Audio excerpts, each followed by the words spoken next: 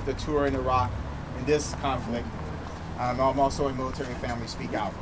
This weekend we've been having our convention at the Ramada Mall of America, and we've also had Iraq veterans against the war. There's probably about 150 or 200 of them who have also gathered.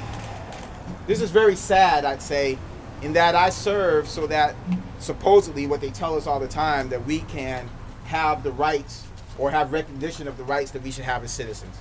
Some of those rights are freedom of speech, freedom to gather, and freedom to petition our government when we see that they're doing things that we disagree with. The reason that we are gathered, I think all of us here today, except for possibly the press, is because the Republican National Convention is here, and we're citizens that want to participate in self-government. We believe that we can make a difference in what happens in our country and the world. So that's why we came here. It seems to me that this is an attempt to stop us from participating in self-government. And obviously that's not right, that's wrong. Now, possibly if all of us looked like and acted like the average person, or what people are thinking are the average person in the DNC or the RNC, maybe we would be left alone. But the DNC and the RNC are not the only representatives of the people of this country. If we disagree with them, or if we agree with them, we have the right to gather.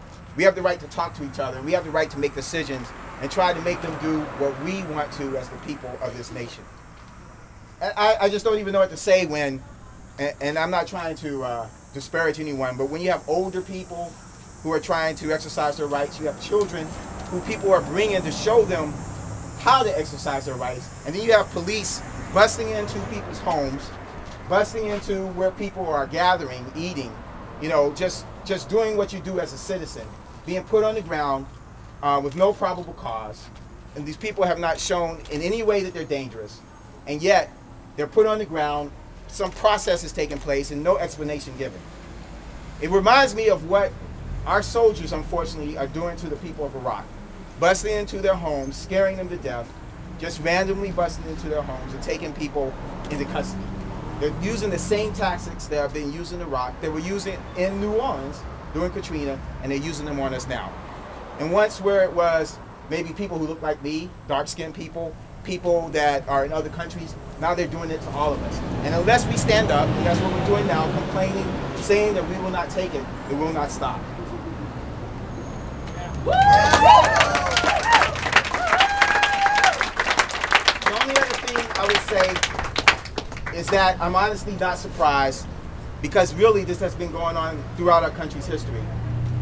And the only thing that stops it is when people like us stand up and say no. And little do they know that we will not be deterred. Yeah. We will not be in fear. We will not be scared. That's why we're here now. Yeah. And we want you all to know that. Please look at my face and understand that we will continue to speak up. We will continue to participate in self-government, and we will change this nation. Because that's what we're supposed to do.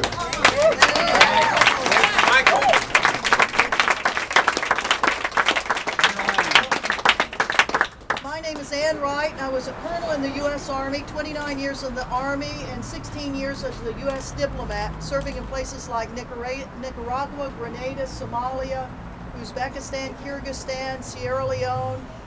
I helped reopen the U.S. Embassy in Afghanistan in December of 2001, and I was the Deputy Ambassador of Mongolia when I resigned in March of 2003. I spent virtually my whole life, my whole adult life, in service to this country. I'm dissenting from government policies of a war in Iraq and from many of the policies that the Bush administration has had in the last 8 years. And it is really pretty crappy when dissent comes in the form of this. These young men and women that were taken out of the Convergence Center, all they are young Americans that are using their rights that we all served in the military to protect, the civil liberties of the United States of America, to protect our Constitution, not necessarily a criminal president who has taken us into an illegal war and has tortured people on it and has eavesdropped on us and is now sending people into to disrupt honest protest of criminal policies of an administration.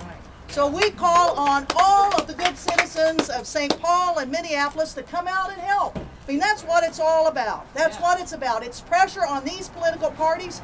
It's the Republicans this week. Last week it was the Democrats. It's up to us, the people, to force these political parties to reflect what we, the people of America, want, which is an end to a war in Iraq, to stop torture, to respect our civil liberties, to roll back these very oppressive laws that have been instituted in the last 8 years, and give our country back to us. Thank you.